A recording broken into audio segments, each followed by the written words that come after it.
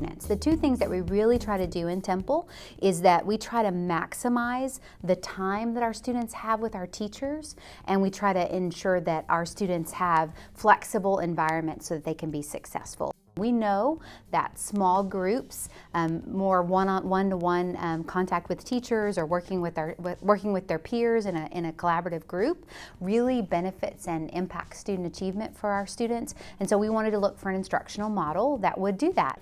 Well, I actually give students the choice. I have a lot of kids that will do a couple of programs on the computer but prefer paper copies because they say that it fits better with them.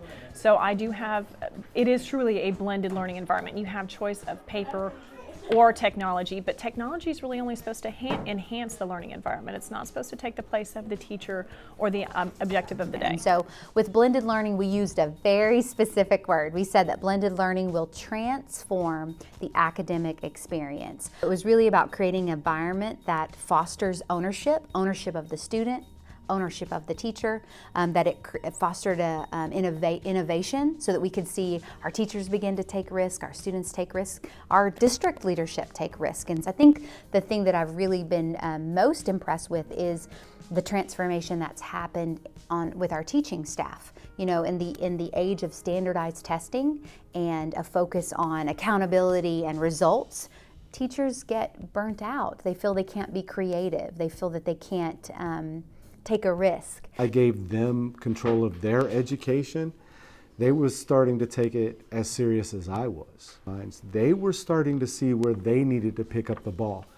And it wasn't so much what I needed, it was what they needed. And that just